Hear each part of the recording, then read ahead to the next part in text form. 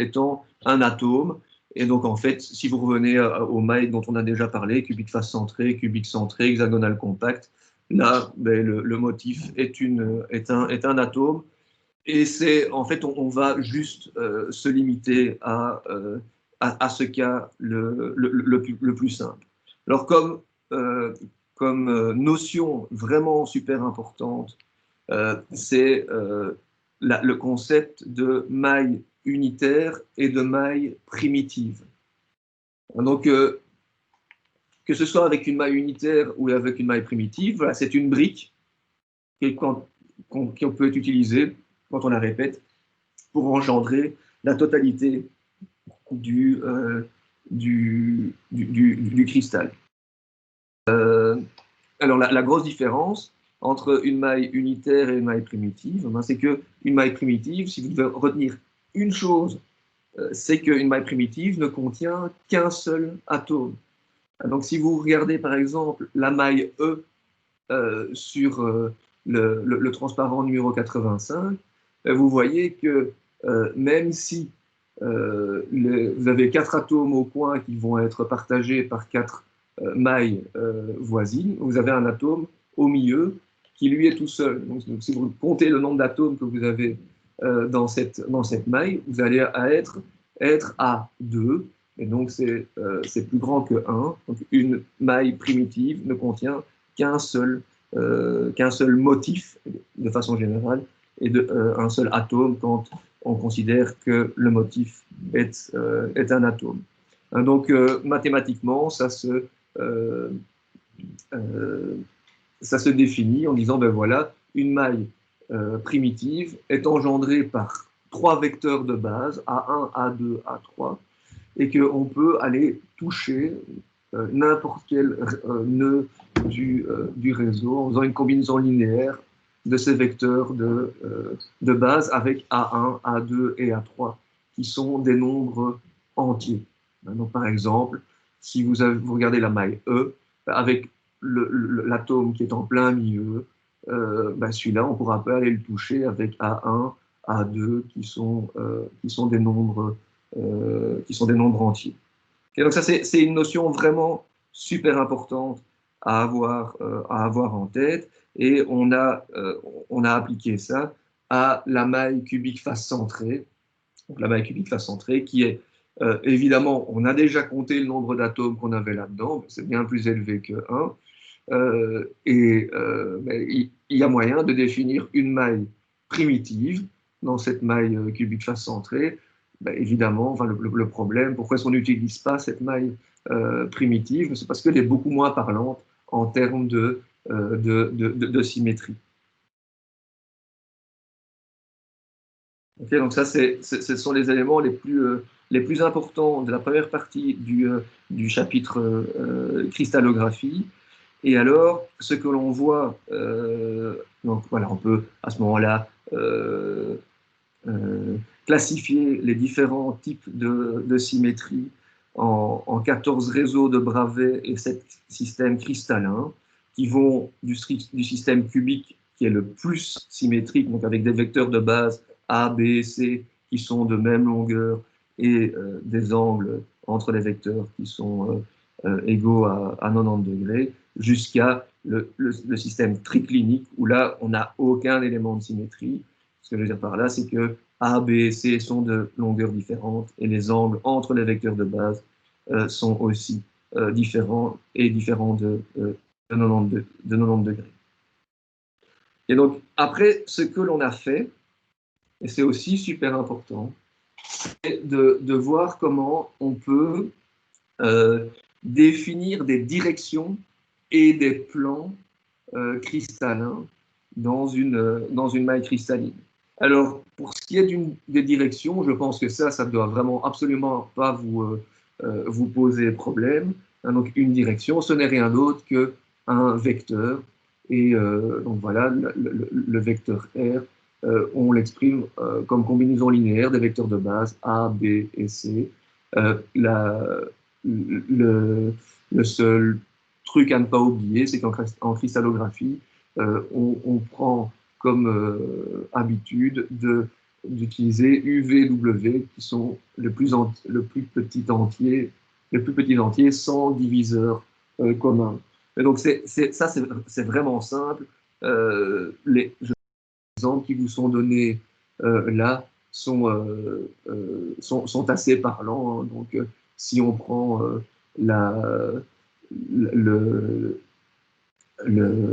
l'axe Y, il aura comme cette direction sera 0, 1, 0.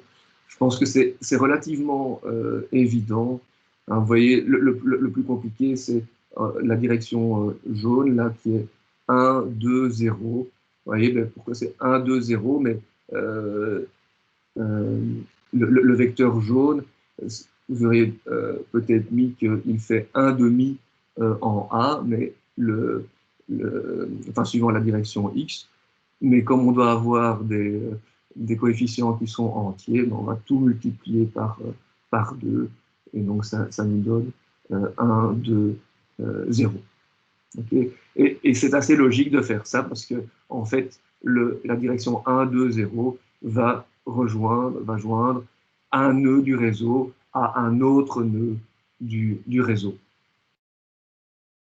Alors, on parle de directions équivalentes quand on se balade le long d'une direction, on ne voit pas la différence, soit une direction ou l'autre. Alors, dans la maille que vous avez là, c'est une maille sans symétrie, hein, donc c'est une maille triclinique.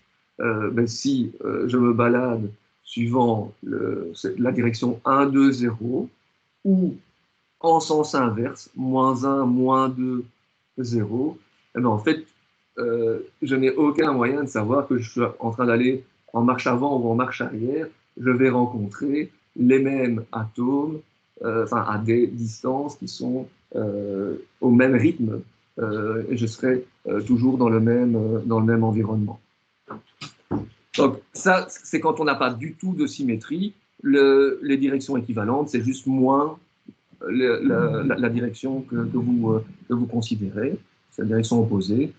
Maintenant, quand on parle de structures où vous avez beaucoup plus de symétrie, comme la structure cubique, là, en fait, quand vous mettez les axes X, Y et Z, vous avez plusieurs façons de les choisir. Et en fait, la direction 0, 0, 1, hein, qui serait par exemple la direction, si j'avais mis Z verticale, soit la direction verticale, elle est tout à fait équivalente à la direction Y, 0, 1, 0, ou la direction X, 1, 0, 0.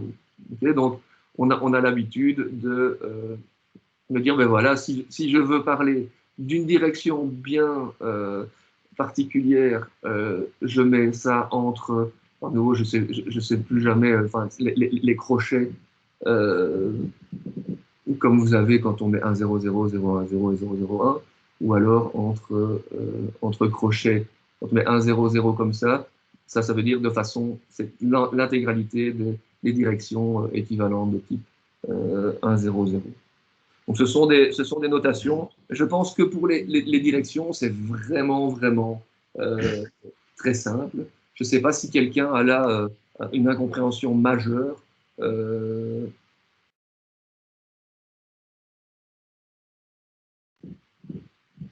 N'hésitez pas. Ça n'a pas l'air. Donc, s'il n'y a pas de soucis comme ça, on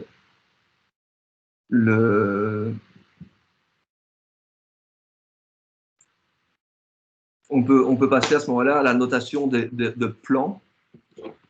Et donc là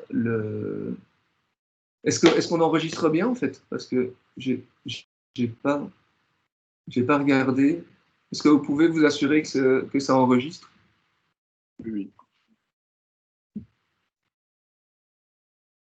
Si ce n'est pas le cas, lancez l'enregistrement. Ok, nickel. Merci beaucoup. Donc maintenant, pour ce qui est des plans, donc il y a une petite recette de cuisine qui vous suffit d'appliquer.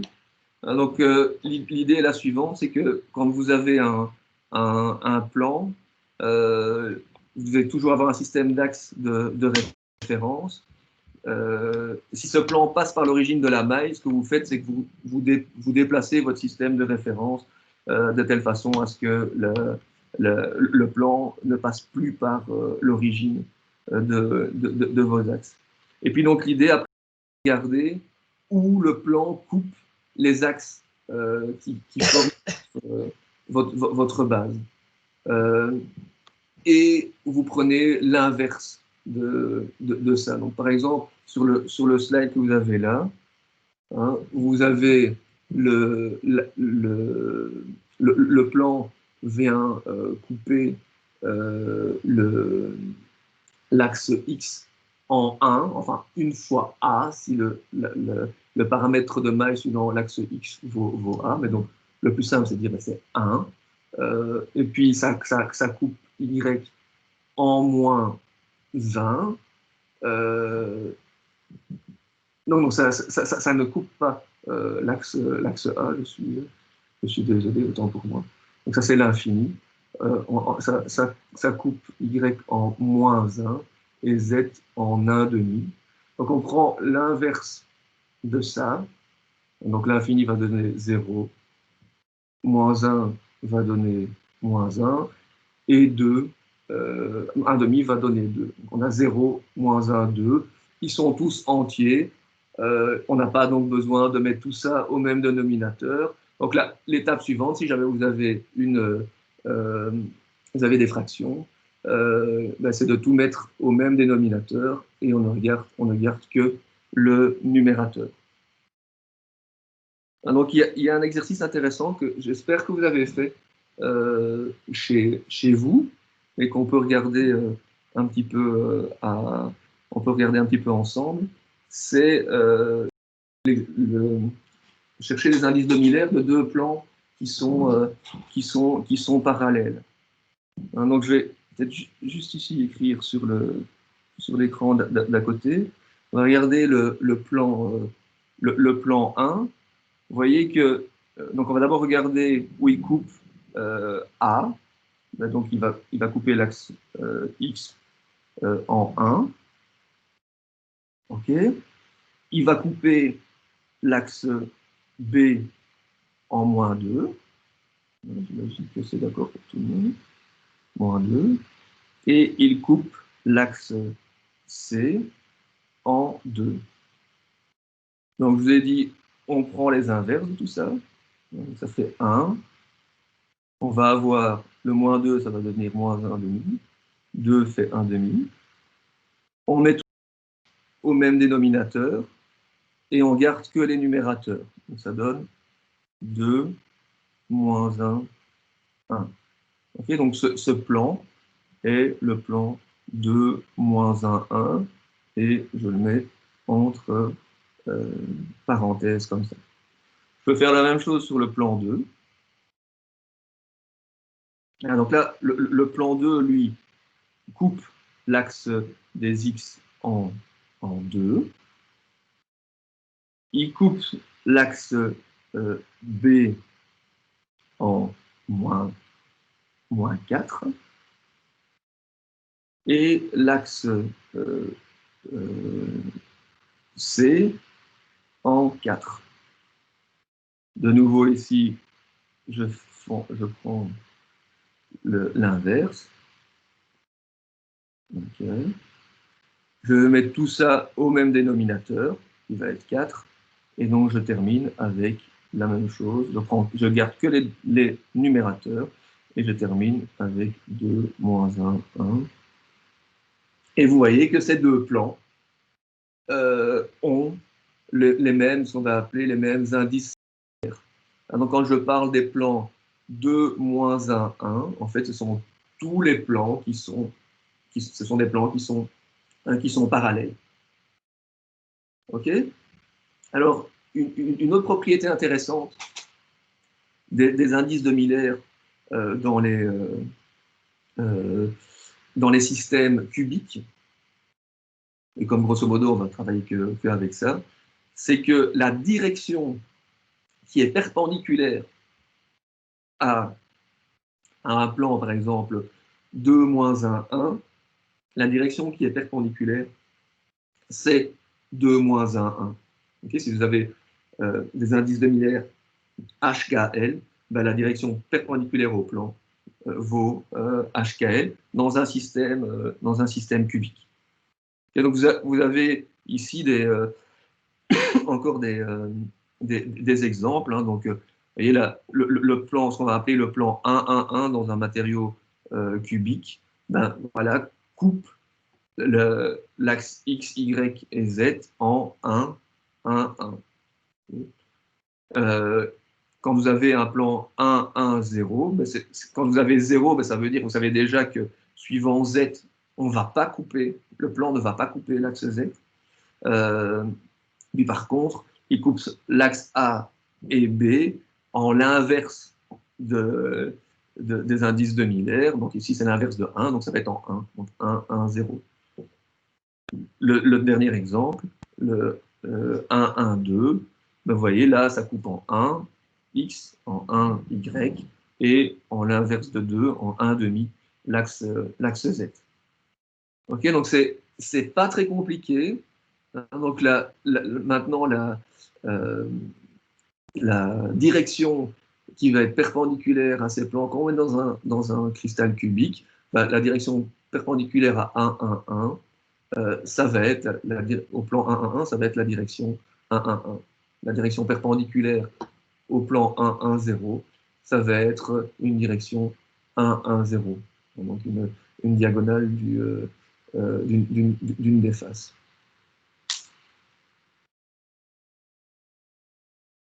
Ok. Alors là aussi, donc on parle de plans qui sont équivalents. Donc si jamais vous retournez dans un système où il n'y a aucune symétrie, hein, donc le plan ici 0, -1, 2, comme il n'y a aucune symétrie, le seul plan qui va être équivalent, ça va être le plan, en fait c'est le même plan, mais en se disant qu'on a la normale qui va en sens inverse. Donc ça va être 0, 1, -2. Donc 0, 1, -2, c'est toujours un plan qui est parallèle, équivalent à celui-là. Une fois qu'on a plus d'éléments de symétrie, comme pour le plan 1, 1, 1 par exemple, bah, le plan 1, 1, 1 a comme équivalent, je vais dire, qui est tout à fait direct et qu'on ne donne même pas, qui serait -1, -1, -1. Donc c'est le même plan 1, 1, 1, mais on regarde la normale dans une direction ou dans l'autre.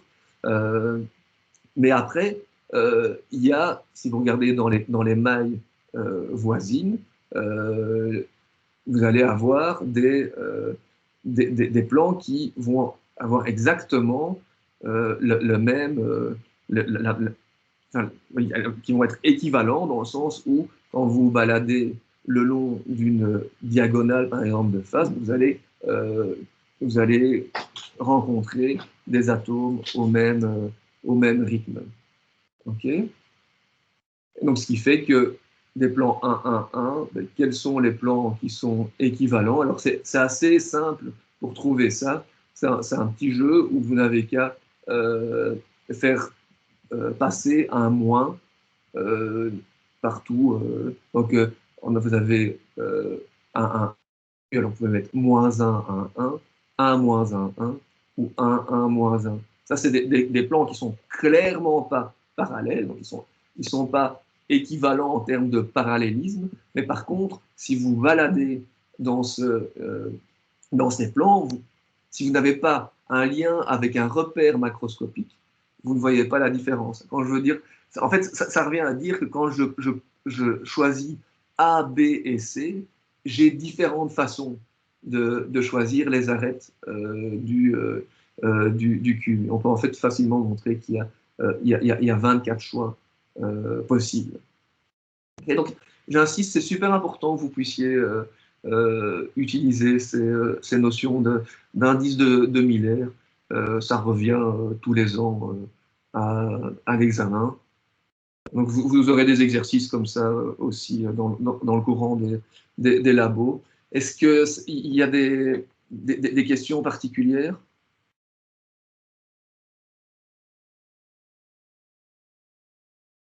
Je vois plus rien dans mon fil ici qui apparaît. Donc, à moins que quelqu'un veuille intervenir directement, parce que je ne vois rien. J'ai pas l'impression qu'il y ait de. Ok. Bonjour. Oui. En fait, je voulais vous poser une question. Pour trouver les indices de Miller, est-ce qu'on doit forcément passer par cette méthode-ci, ou bien on peut par exemple définir deux vecteurs qui correspondent à deux côtés de... Vous voyez dans votre slide, il y a par exemple la figure en vert, c'est une sorte de carré ou rectangle. Si on trouve deux vecteurs parallèles aux côtés de ce rectangle et on fait le produit vectoriel, on obtient un vecteur normal qui nous donnera aussi... La normale. Oui, c'est ça. Est-ce qu'on peut passer par cette méthode-là ou il faut forcément passer par les intersections avec les axes et puis les inverses et faire le commun minimum commun diviseur entre... C'est une bonne question. À la base, comme ça, je dirais que ça doit fonctionner. Il faut juste peut-être faire attention au fait que tu termines bien avec des choses qui sont pas, enfin des indices de Miller qui ne sont pas multiples les uns des autres. Mais a priori, comme ça devrait fonctionner. Ok, merci. Et donc, c'est aussi très important d'avoir en tête que, comme on sait que la normale au plan, ce sont les indices de Miller du plan, si on veut vérifier qu'une direction est dans un plan, il suffit de vérifier que la normale est bien perpendiculaire en faisant, ici pour le coup, pas un produit vectoriel, mais un produit scalaire. Et vérifier qu'il est bien nul. Voilà, donc ça c'était pour les aspects cristallaux. Et puis alors, on a parlé des défauts cristallins. Alors, je ne vais pas reprendre tout ça en continu, mais je veux vraiment insister sur un type de, de défaut qui va revenir très souvent, ce sont les dislocations.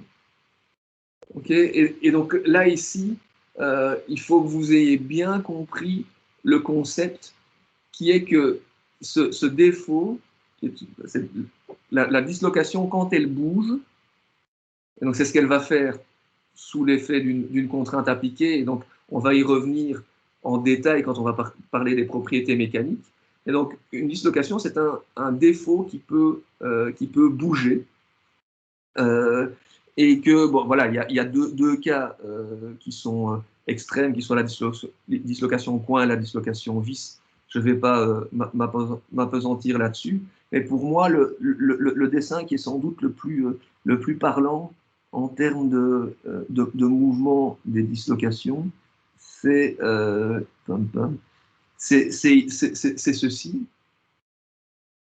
Où vous avez une dislocation coin, donc c'est sur le slide 133, vous avez une dislocation coin qui, en fait, va bouger sous l'effet d'une contrainte et à la fin, ça va se propager de proche en proche et à la fin, on aura bougé la partie supérieure par rapport à la partie inférieure sur une distance bien particulière qui est une distance interatomique et c'est énergétiquement, ce sont des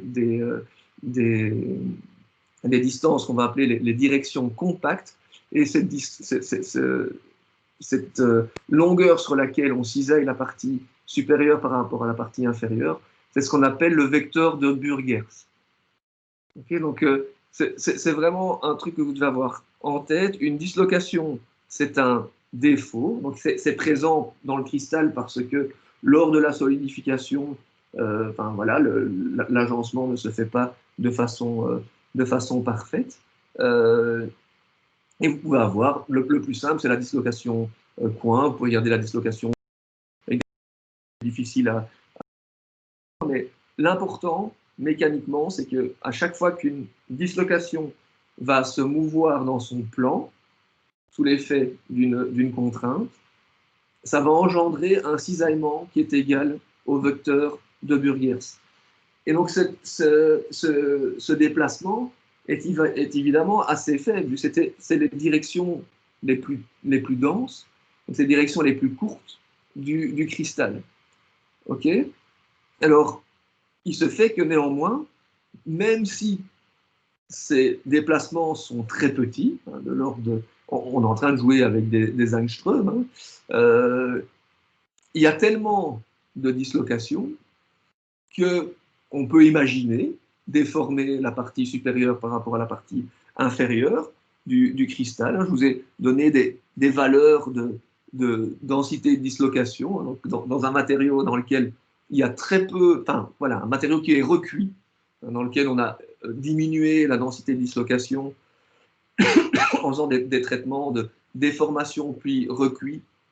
Donc on réchauffe, on recristallise, on en reparlera plus tard dans le cours, mais donc on peut faire des traitements thermomécaniques qui abaissent la densité de dislocation, mais on a quand même des valeurs de plusieurs dizaines de kilomètres de dislocation par centimètre cube. Donc ça veut dire que dans un centimètre cube, vous avez 100 kilomètres de dislocation, et donc ces lignes vont se croiser. Et c'est important parce que ça va faire ce qu'on appelle des points d'ancrage. Et donc j'ai énormément de dislocations, enfin il y a beaucoup de dislocations. Chaque dislocation peut donner une déformation au mieux égale au vecteur de Burgers si j'ai un cisaillement exactement dans le plan de la dislocation. Et ce que je vais vous expliquer, c'est que voilà, c'est le mécanisme par lequel on explique la déformation plastique des métaux, mais que si on part d'une densité de dislocation qui vaut 100 km par centimètre cube, et qu'on imagine que toutes ces dislocations donnent une déformation qui vaut le vecteur de Burgers, on montre assez facilement qu'on va pouvoir avoir que quelques pourcents de déformation plastique. Or, la base de la déformation plastique, pourquoi est-ce qu'on utilise les métaux? C'est parce qu'on peut les mettre en forme. Donc on peut emboutir des portières, des canettes, mais aussi on fait du laminage à chaud, où on passe d'épaisseurs qui font 30 cm, on descend à 3 mm. Après, si vous voulez faire la carrosserie des voitures, vous prenez cette tôle de 3 mm et vous les déformez encore jusqu'à atteindre 0,7 mm d'épaisseur. Si vous calculez la déformation, elle est bien plus élevée que quelques pourcents. Et donc, c'est pour ça qu'on a besoin d'imaginer, et en fait, on a vu ça expérimentalement, un mécanisme de multiplication des dislocations. Je vais revenir un petit peu en arrière après. Donc, le mécanisme de multiplication des dislocations, c'est ce qu'on appelle les moulins de Frank et Reed. Je vous ai déjà expliqué que les dislocations sont comme voilà, c'est un réseau de spaghettis enchevêtrés. Vous avez des points d'ancrage où là, les spaghettis ne peuvent plus bouger. Donc, vous imaginez sur le transparent 140, là, P et P' sont des points d'ancrage. La dislocation sous l'effet d'une contrainte appliquée, elle va vraiment se comporter comme une corde ou un élastique qui aurait été punaisé à deux endroits. Elle va se courber. Donc, elle part d'un rayon de courbure qui est infini et son rayon de courbure va diminuer jusqu'à L'. Okay, donc, on peut montrer en mécanique des dislocations mais que au plus, en fait, j'ai le rayon de courbure de la dislocation est inversement proportionnel à la contrainte qui lui est appliquée. Donc je vais avoir, donc au fur et à mesure que ma contrainte augmente, je vais avoir mon rayon de courbure qui va diminuer jusqu'à atteindre L demi. Et puis en fait, j'ai atteint le minimum du rayon de courbure. Et donc, quand je passe du C au D, là, comme mon rayon de courbure réaugmente, voilà, comme ma contrainte a déjà été celle nécessaire à atteindre le rayon de courbure minimum, le D se passe de façon tout à fait naturelle. Et ce qui se passe, c'est qu'on crée une boucle. Hein, vous voyez, vous allez avoir les deux bras de la dislocation qui se touchent, qui vont se toucher au point E. Et à l'endroit où ils se touchent, c'est vraiment, vous allez vraiment voir ça comme ces deux défauts euh, euh, qui s'annihilent. Donc, c'est le plus simple, c'est de voir ça comme vous avez une dislocation coin dans la partie supérieure du cristal, une dislocation coin dans la partie inférieure du cristal. Elles bougent toutes les deux, et à un moment, elles se retrouvent l'une sur l'autre. Deux dislocations, coin l'une sur l'autre, ça vous donne un cristal qui est de nouveau parfait.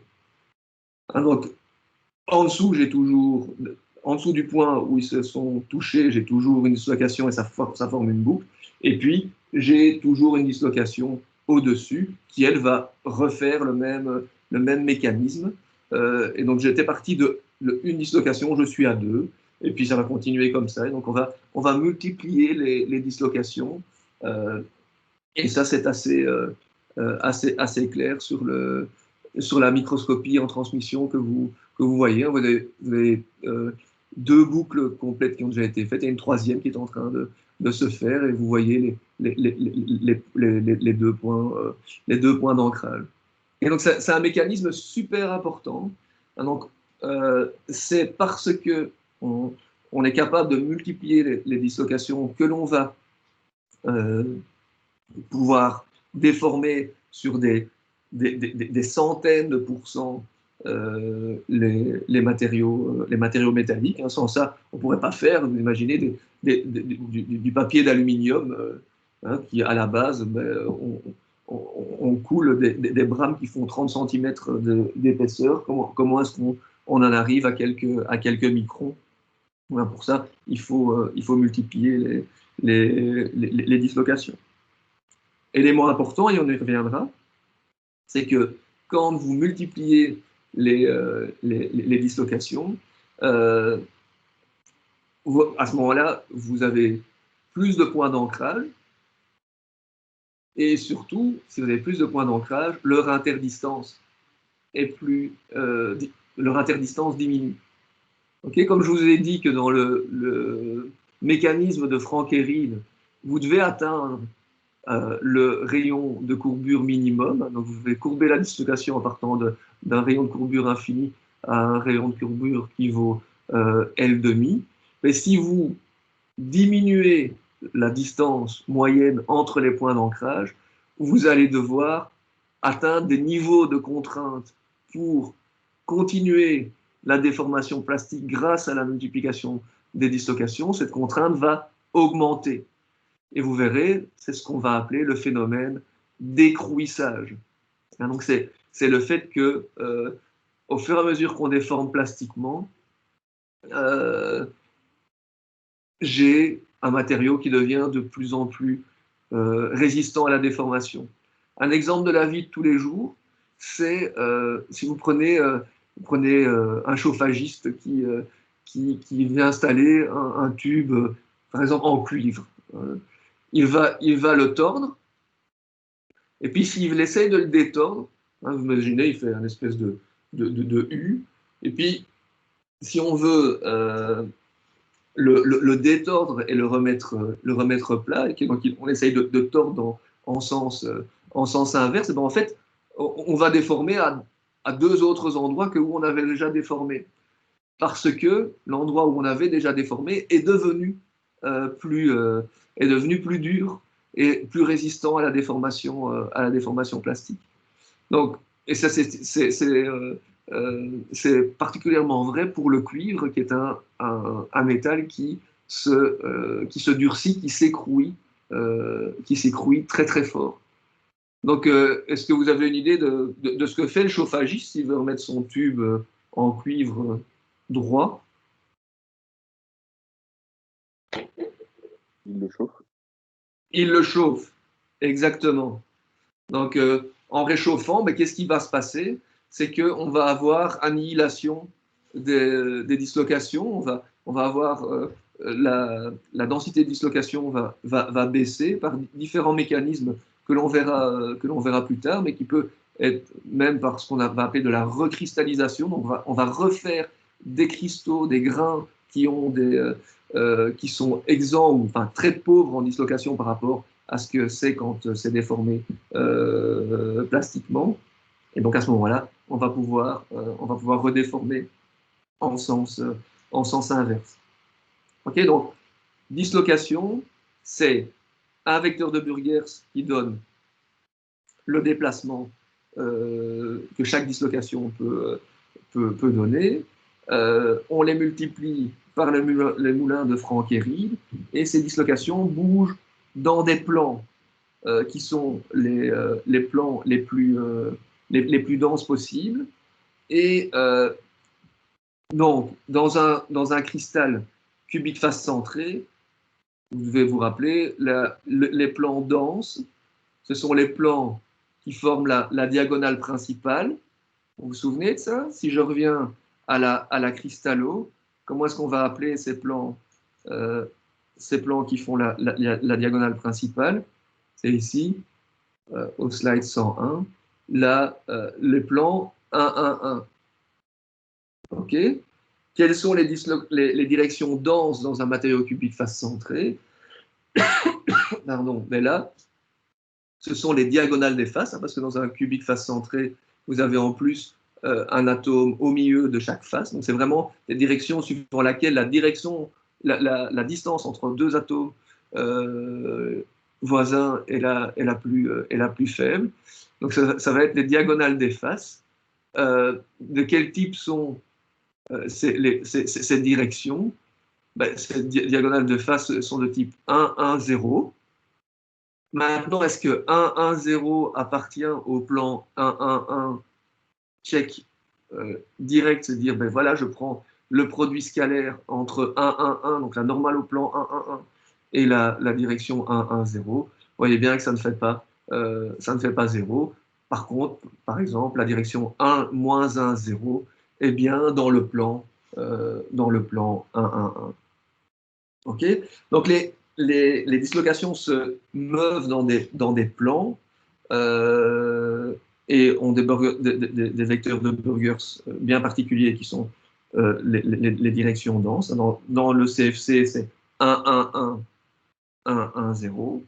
On aura le temps de répéter ça encore quand on parlera des propriétés mécaniques, mais vous devez bien avoir en tête que d'un point de vue euh, juste mécanismes fondamentaux, les dislocations vont donc glisser dans ces plans et que, en fait, le fait de glisser et de propager un défaut, je sais où ce qu'il était, excusez-moi, non, c'était pas là, de propager un défaut de proche en proche, hein, comme vous avez ici, où la dislocation passe petit à petit.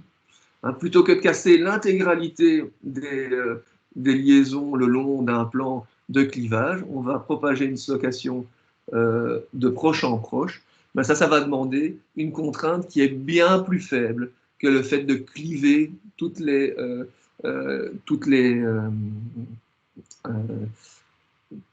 liaisons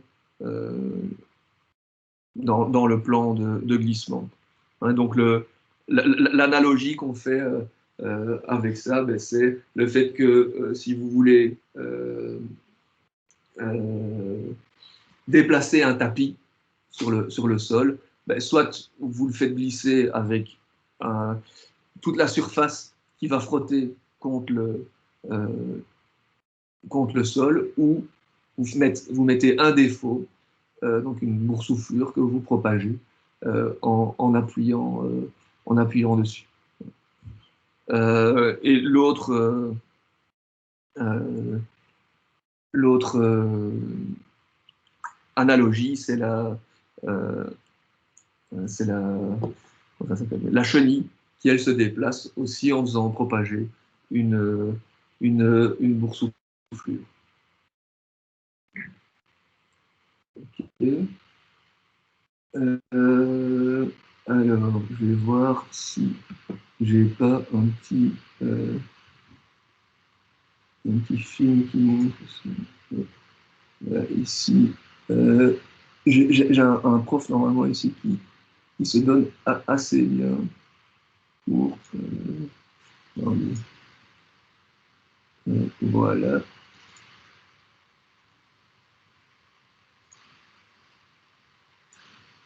La définition n'est pas super, mais vous allez voir. Okay. All right, so your caterpillar analogy is slowly moving particles one by one, reacting on the whole thing. Here's a good analogy of caterpillar. Donc, il va vous montrer comment il va donner de sa personne.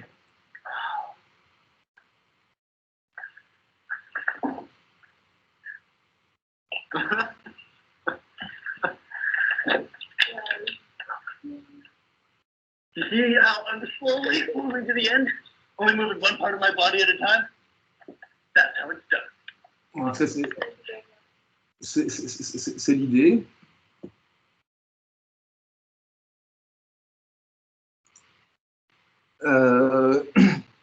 Donc moi, je ne suis pas filmé en train de faire ça, mais voilà. Donc l'idée est que en propageant un défaut, on arrive à se déplacer. Et donc c'est le mouvement des dislocations qui permet ça. Et donc on va vraiment voir dans la deuxième partie du cours, mais comment on peut faire le lien entre une contrainte macroscopique que l'on applique à un cristal et comment cette contrainte va pouvoir mettre en route le mouvement d'une dislocation. Donc, une dislocation, elle se trouve dans un plan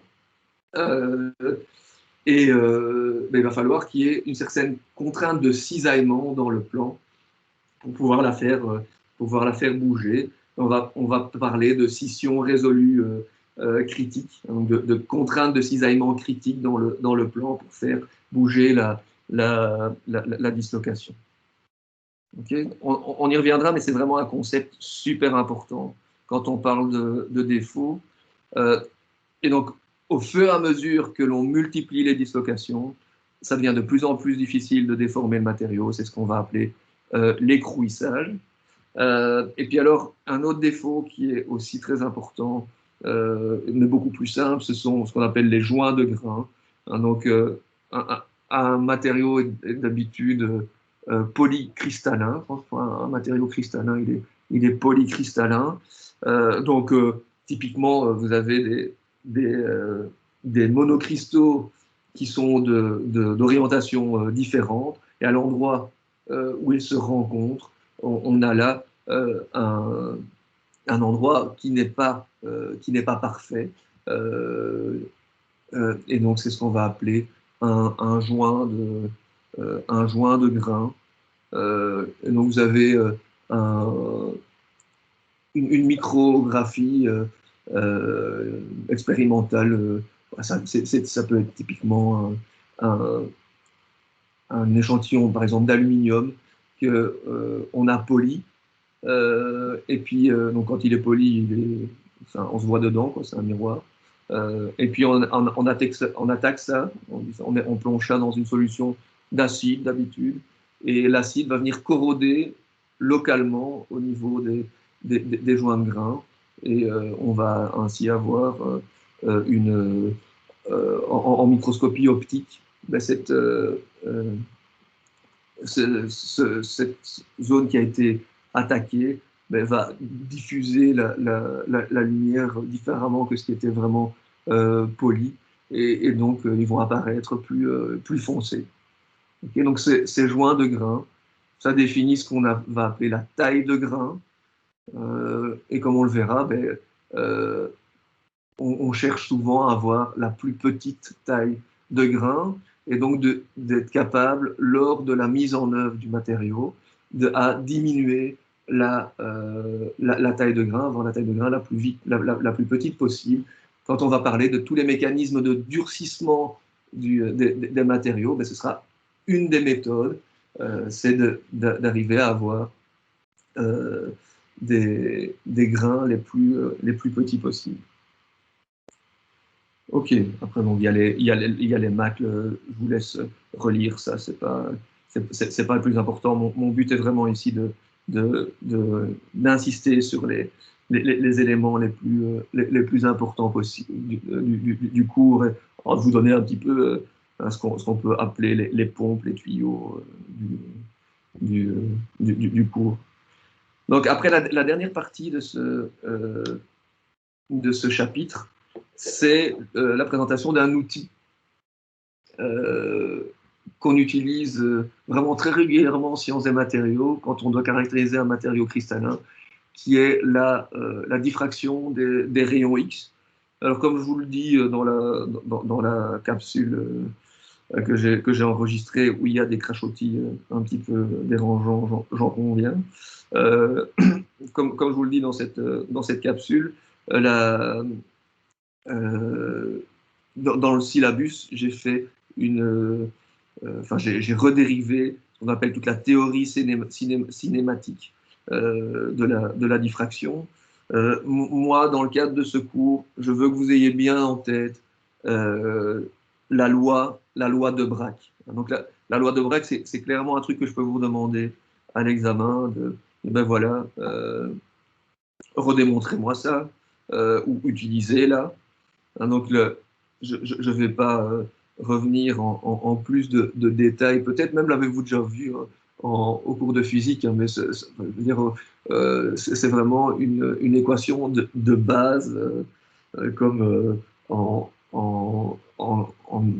en électricité, vous avez I égale V sur R, ou ce genre de choses. C'est une équation que vous devez avoir en tête, et qui, en fait, vous donne la condition pour avoir des interférences positives, constructives, dans une expérience où on a une source de rayons X qui vient éclairer un cristal suivant un angle θ, et on a un détecteur suivant un angle θ de l'autre côté. Et la loi de Bragg ne fait que exprimer que ben voilà, les rayons X vont rentrer dans la matière, vont être réémis. Si j'ai un système j'ai une famille de plans de famille HKL, où j'ai une distance entre ces plans, donc par exemple des plans 1, 1, 1, la différence de chemin qui va être parcourue entre deux rayons X qui auraient été sur le premier plan et sur le deuxième, cette différence de chemin n'est rien d'autre que la distance HO' plus O'K. Et donc, si cette distance est un nombre entier de fois la longueur d'onde, j'ai une interférence qui est positive. Ok, et donc ça, je vous ai expliqué dans la petite capsule comment c'est utilisé en sciences des matériaux pour deux applications. La plus importante étant ce qu'on va appeler le fait d'utiliser un diffractomètre poudre pour avoir un spectre complet. Alors, qu'est-ce que j'appelle le fait d'utiliser un diffractomètre poudre? C'est que si vous revenez à la condition ici où vous imagineriez que vous avez juste un monocristal, il n'y aurait que une famille de plans parallèles à la surface. Et donc, si je fais un scan, que je balaye en θ la source de rayon X, et que j'ai mon détecteur qui se balade en θ aussi de l'autre côté, je n'aurai qu'un seul maximum d'intensité. En fait, j'aurai plusieurs fois pour des valeurs de n différentes, mais bon, voilà, je n'ai que un système, une famille de plans qui va diffracter. Et avec ça, je n'ai pas assez d'informations pour caractériser la cristallo et dire, ben oui, voilà, c'est un alliage d'aluminium, par exemple. Pour ça, ce qu'il me faut, c'est soit j'ai un grand nombre de grains avec donc des orientations cristallographiques qui sont différentes, et donc je vais avoir différentes familles de HKL parallèles à ma surface, ou alors, pour s'assurer qu'on en ait vraiment plein de plans parallèles de familles différentes qui peuvent diffracter, on transforme le matériau en poudre. Donc on prend un petit morceau, on le transforme en poudre, et à ce moment-là, ben, voilà, ces grains de poudre, on les étale, par exemple, sur un morceau de papier collant qui, lui, ne va pas diffracter parce qu'il est amorphe. Et à ce moment-là, ce qu'on a, c'est typiquement ce que vous avez à la BIA 160, là, où vous avez un grand nombre de pics, chaque pic correspondant à une famille de plans. Donc ça apparaît à des angles donnés. Ben, qui dit angle, si vous prenez la loi de Bragg, vu que la longueur d'onde est fixée, ben ça va vous donner des dés qui sont particuliers, enfin que vous pouvez calculer, quoi. Et donc, sur base du spectre de diffraction, en fait, on compare à des bases de données, et le système peut dire, bah oui, bah moi ici, c'est un alliage fer-nickel. Ça correspond dans ma base de données à ça. Ça correspond à de l'aluminium. Et donc, comme ça, de façon tout à fait. Ça prend pas très longtemps, hein, ça, quelques dizaines de minutes, et on a le spectre, et puis c'est analysé de façon tout à fait automatique. C'est capable de dire, ben voilà, c'est ça que j'ai. Ou si on va dans des matériaux plus complexes, où on a plusieurs phases, et ben, on peut aussi, le système peut vous dire, ben moi ici, je détecte deux phases. Et il fait ça de façon automatique. Par exemple, voilà, j'ai un alliage inox, un fer cubique face centré, avec dedans une phase qui est des carbures de silicium, par exemple. Donc c'est vraiment une technique qui est utilisée en routine, même je veux dire en industrie. Ce sont des appareils qui restent relativement peu chers. Ce que je veux dire par là, c'est que les plus simples font de l'ordre de 120 000 euros. Et donc, pour des analyses vraiment de routine, voilà, il y a des diffractomètres dans pas mal de sociétés. Hein, puis alors, je terminais en vous donnant l'application des mesures de contraintes dans des matériaux multiphasés. Enfin, je vous ai expliqué ça c'est dans le syllabus, c'est dans la capsule. Donc, je ne vais pas recommencer ici. Par contre, alors je ne sais pas quelle heure il est. Ça va, on arrive tout doucement au bout, enfin à 6 heures. Donc, ce que je propose, c'est que la semaine prochaine, on organise une séance de questions-réponses sur cette première partie, pour qu'elle soit la plus utile possible. Ce que j'aimerais bien, c'est qu'il y ait une espèce de best-of des choses qui sont les moins claires, pour que je puisse me focaliser là-dessus. Alors, je ne sais pas si vous avez une idée de comment on pourrait faire en sorte que on remonte, vous me remontiez les, euh, les, les slides, les topics qui, pour vous, sont vraiment pas clairs et que vous voulez que je réexplique. Je ne sais pas si vous avez des idées. Je vais ouvrir.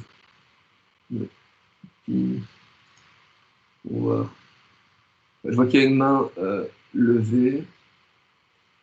Raphaël. Raphaël, tu voulais prendre la parole? Je vois que ton... Ah non, Non, c'est... c'est Anas qui demande Ah, la ok. parole. Mais vas-y, je t'en prie. Oui, je propose du coup de mettre peut-être le cours sur OneNote, donc tout le cours, et que les gens annotent ce qu'ils n'ont pas compris, et comme ça vous pouvez passer derrière et regarder. Tu veux dire que sur base du PDF, vous annotez Oui, c'est là-dedans? ça. Oui, c'est ça. Ok, ça, j'ai jamais fait ça. Ok, je vais voir, mais ça va pas donner des écritures partout sur les slides ou, enfin, je comprends pas.